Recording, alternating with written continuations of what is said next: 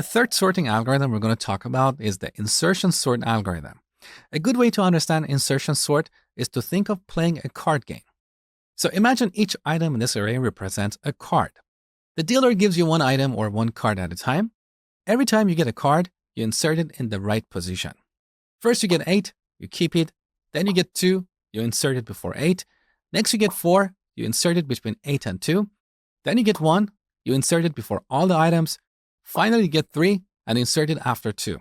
So every time you get an item, you insert it in the correct position. That's why we call this algorithm insertion sort. Now let's see this in action. So we get 8 and should find its correct position amongst the items or cards we have taken so far. 8 is the only item we have seen, so we assume it's in the correct position. Next we read 2. We should insert it before 8, but how? Unlike the previous algorithms, we're not going to do a swap here. Instead, we're going to look at all the items we have seen so far. If they're greater than 2, we should shift them to the right to open space to insert 2. This is a key distinction between insertion sort and other algorithms we have talked about.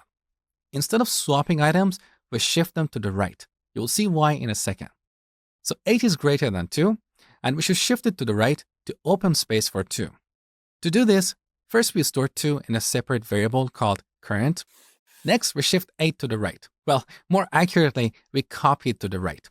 So it overwrites 2. That's why we had to store 2 in a separate variable so we don't lose it. Now, technically we have stored 8 in 2 places in this array, but conceptually, we can assume that we shifted 8 to the right, so now the item at index 0 is empty. So we store the value of the current variable here, okay? So we inserted 2 in the correct position amongst the items we have seen so far. This is the sorted part of the array. In every step, we pick one item from the unsorted part and insert it at the correct position in the sorted part. So next we read 4. Now we look at the items we have seen so far. If they're greater than 4, we shift them to the right to open space to insert 4. So here we shift 8 to the right. Now what about 2? Should we shift it to the right? No, because 2 is smaller than 4 and it should stay where it is. So we have found the right place to insert 4. All the items we have seen so far are in the correct position. So next we read 1. Again, we should shift all the greater items to the right to open space for 1. Here we should shift 8, 4, and 2 to the right because they're all greater than 1. Now we insert 1 in the correct position. We're almost done. One more time. We read 3 and shift all the larger items that we have seen to the right. Now we insert 3 at the correct position, and we can see our array is fully sorted. So this is insertion sort. Now let's do time complexity analysis. Here we need to iterate over the input array and read one item at a time. That's an O of n operation.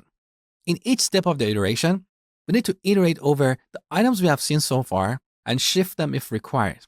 In the best case scenario, if the array is sorted, the current item is already in the correct position, so we don't need to shift any items. That's an O of 1 operation. In the worst case scenario, where the array is sorted in descending order, we need to shift all the items we have seen to the right because the current item is smaller than all those items. That's an O of n operation. So the time complexity of insertion sort is O of n for the best case scenario and O of n squared for the worst case scenario. It's the same as bubble sort. Now spend 20 minutes and implement this algorithm on your own. Then come back see my solution.